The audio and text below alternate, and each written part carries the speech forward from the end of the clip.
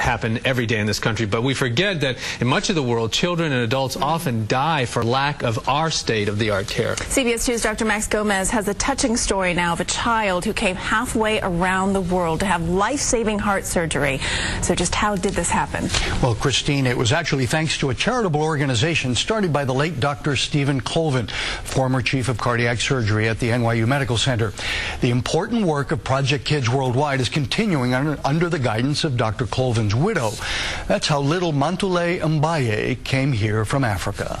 It's hard to believe that this young girl is normally a happy, playful 9-year-old. But MANTOULAYE MBAYE's heart is failing, and she's thousands of miles from her home, about to have open heart surgery. She and her mother have traveled to New York from Senegal because... She said in Senegal they couldn't get help.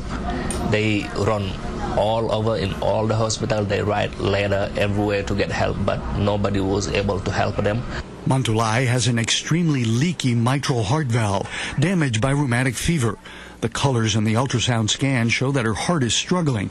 It's working so hard, it's the size of a full-grown man. Without surgery...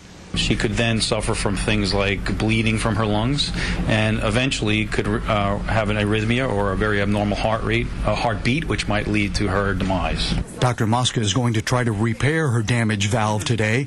All of this very expensive care is being covered by Project Kids Worldwide. We pay for their flight, their room, board, their surgery, all the medical costs for the surgery and to get them well again. But MANTOULAYE's plight might never have come to light if not for our interpreter, who runs a non-profit organization called Africa Service. I go to the villages and try to find these kids who's really sick, but they have no possibility to get help. The parents don't have money.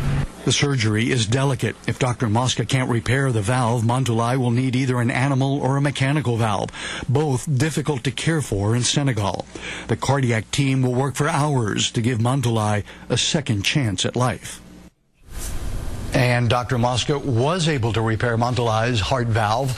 It's not quite the same as a normal valve, but it should allow her heart to function much better. So how's MANTOULAYE doing now?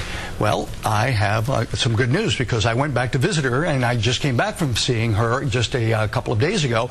And here she is, just 1 week after open heart surgery.